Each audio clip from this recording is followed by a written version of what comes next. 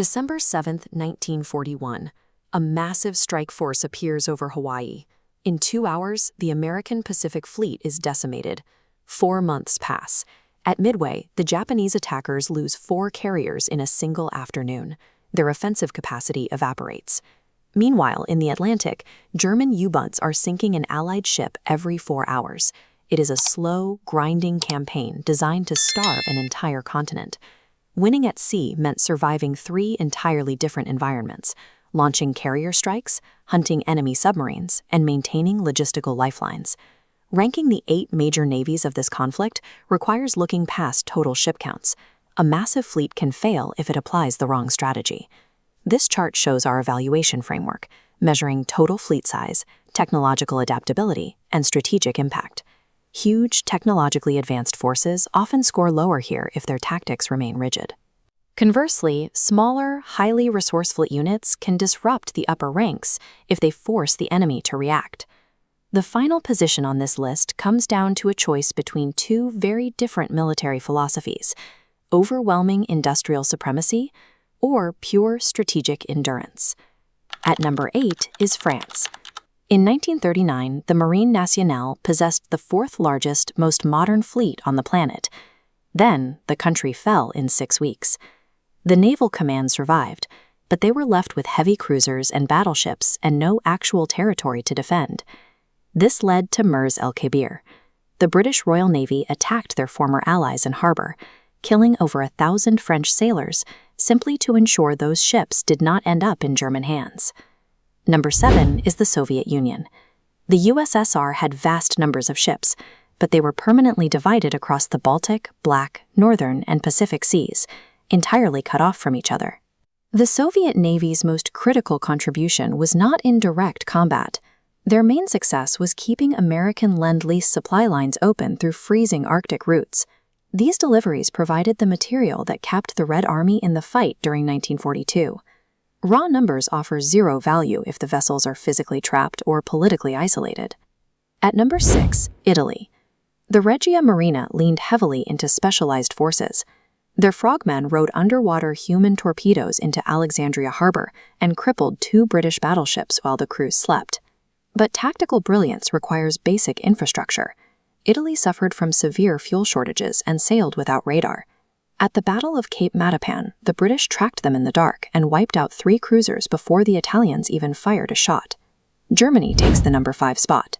Their leadership prioritized land armies over ocean-going surface vessels, forcing the Kriegsmarine to rely almost entirely on mass-produced submarines. Those U-boats sank 2,779 Allied ships. The mounting loss of essential cargo became so severe that Winston Churchill later admitted the U-boat threat was the only thing that genuinely frightened him during the conflict. This chart shows the exact moment the threat ended. U-boat sinkings peak early, then drop to near 0, precisely as Allied radar and sonar technology cross this threshold. Highly innovative tactics will terrify an opponent initially, but they cannot secure a lasting victory if the industrial base behind them stops evolving. Number 4 is the Royal Navy's global endurance. By 1942, they were the only force fighting in every ocean simultaneously, rotating the same ships between the Arctic and the Indian Ocean to keep supply lines from collapsing. Number 3 is Japan.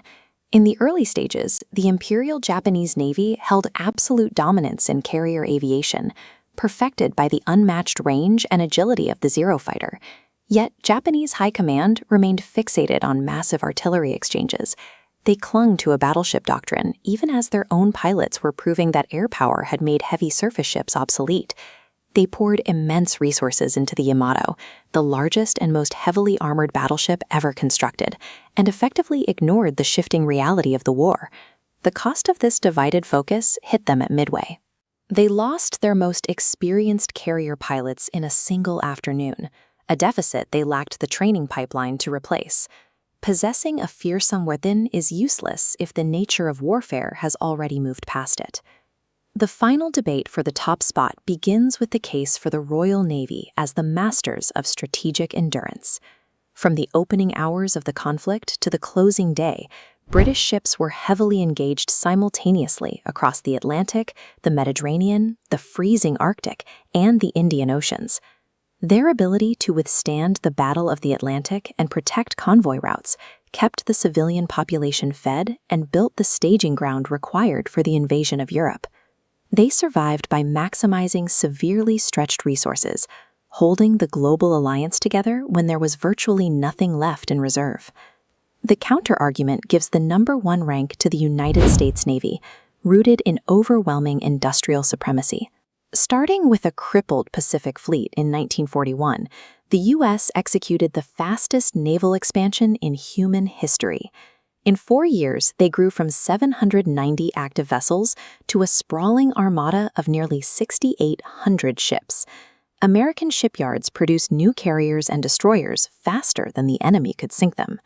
This volume essentially erased the Japanese Empire, neutralizing tactical mistakes through sheer replacement mass.